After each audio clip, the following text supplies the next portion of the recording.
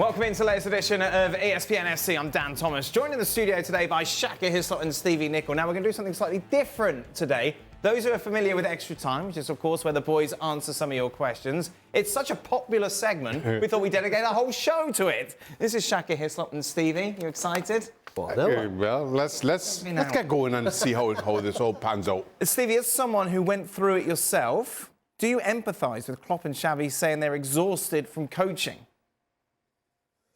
Yeah, oh, absolutely. I think mine's slightly different to their so-called exits. Right. Particularly Klopp. You know, Liverpool are doing well. They're in the hunt for trophies. Mine was slightly different. I was exhausted because I couldn't do anything with the team to make it any better. I couldn't bring in any new players. Right. The ones I had, I was coaching the life out of them, but you know, sometimes players, when they don't get it, it doesn't matter how long you spend with them, they just don't get it. And I was at that stage. And when you reach that stage of being helpless and not being able, there's nothing else you can do, it's an awful place to be. And did you ever think of walking away before? Well, no, because I needed the contract. You needed the money. Listen, if I had millions in the bank and I didn't need to work, right, I absolutely would have gone maybe 12 months before I did. What about your testimonial money?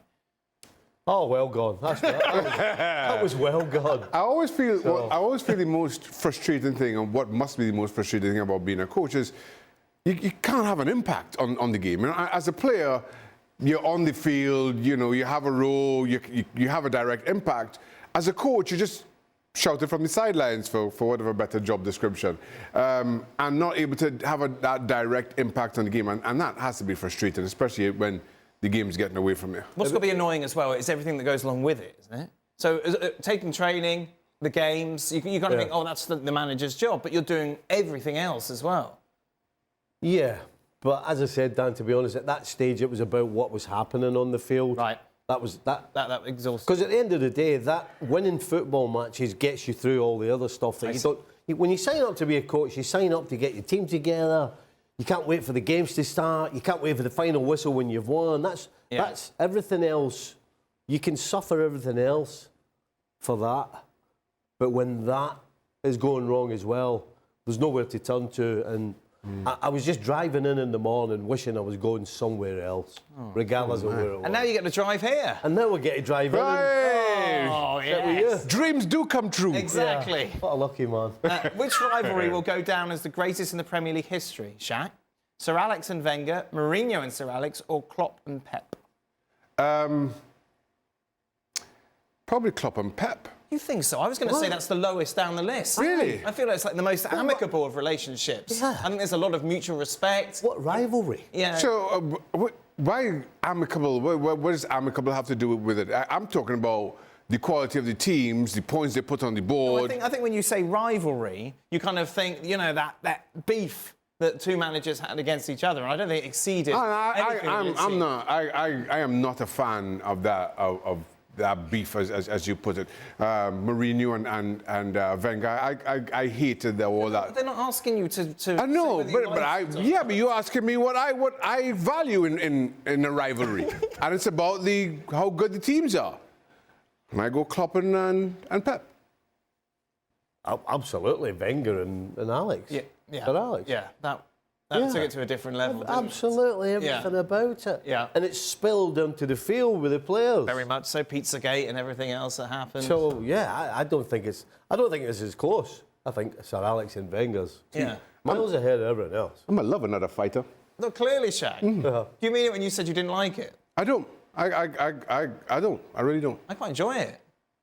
No, You, Danny boy? Yeah. Don't often say that, do you? No, I know. Remember Mourinho pushed Wenger? That was fun, you know. No, I hate all that nonsense. You just want to focus on the purity. Right, yes. Everything getting in the way. Clearly. Did any of the pundits have a signature celebration after scoring or saving a goal? And if not, what would that celebration be? Well, the answer is yes, but I can't tell you. I'll show you. You had a very angry celebration. Oh, it was definitely pure anger. I don't know. I really don't know. I absolutely don't know. Oh. But it was, yeah. Yeah. Shaka, when you made a big save? Did you? No, goalkeepers don't remonstrate. No. They do a little bit. No, some of them do. But Some of them do. yeah, but that's you're asking for trouble. Like Pickford loves it, doesn't he? Yeah, you're asking for trouble when that happens because a goal is going to score at some point. Now, when you scored in your college days, did you have a celebration? Oh, well, I just ran back to score another, Dan. Oh, really? Did you? Yes. It was all business as usual. 7-0 down. That's right. Brian That's right. Brian McLean. Pick the ball out. There you go. How did you feel when a manager left and when a new one came in? Okay. Ooh, well, it's difficult because the managers who signed me, and I'm thinking Newcastle, West Ham, Pompey, the managers who signed me all left, and then somebody comes in, and all of a sudden you find yourself wondering if you'll be in that new manager's plans. Sometimes you know that you're not going to be in their plans, and trying to figure out what comes next, and just trying to manage that relationship. It's not fun. It's not fun because you in no man's land almost. You're not sure whether your new manager is going to like you or not. What the future holds. It's an awful place to be. I think I can safely say, not 100%, but not far off it. When the manager goes, players think about themselves. Yeah, sure. It's the first thing they Nature of the beast. They don't generally go, oh, that's a shame. I thought I liked him, and I wonder what he's going to do now, and I wonder how the family. No, it's right. Who's coming in now? Where does that put me? Yes. I mean, that's generally what everybody does. Like everything else, it depends on whether you're playing or not. Yeah. If you're playing and the manager goes, and all of a sudden I go, oh no. If you're not playing, you're thinking, well, I have a second chance here. So that's kind of the hard divide. Did you see anyone kind of bringing the apple to the teacher when a new coach comes in? Would they get called out straight away? No, you get called out. Yeah, you'd be in trouble, yeah? Yeah, that one would have. Yes, I'd bring them a nice apple. Yeah, you are an apple bringer. Which smaller away ground that you played at was much more hostile of an atmosphere than you were expecting? Which what? It's like a smaller, like a lower league club. You thought, oh, this will be all right, and they were quite... When you said that, strangely, Oxford United came to my mind. Really? The old Oxford ground? The old Oxford ground, yeah. I remember playing a league. I wasn't actually playing, I was 13th man. Right. In the early 80s.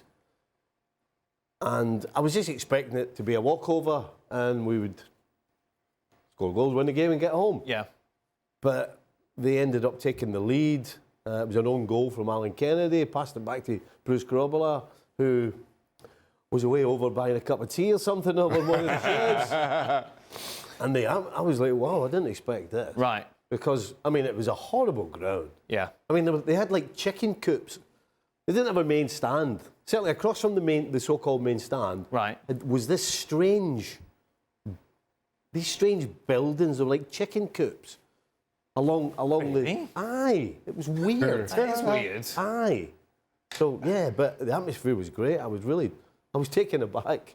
What about you, Shane? I can't think of any that kind of surprised me as for the animosity. One that when you first moved to Reading, had you been to England before and played? And played, no. So that was your first experience. Had you been to games to watch? No. Wow. So your first experience of a game in England was playing? Well, I wasn't straight into the first team. Yeah. But yeah, I was as part of the Reading setup. So Wow. when I first went, I was on trial. Season started. So I'm just kind of looking on from the sidelines until eventually I got my break in September.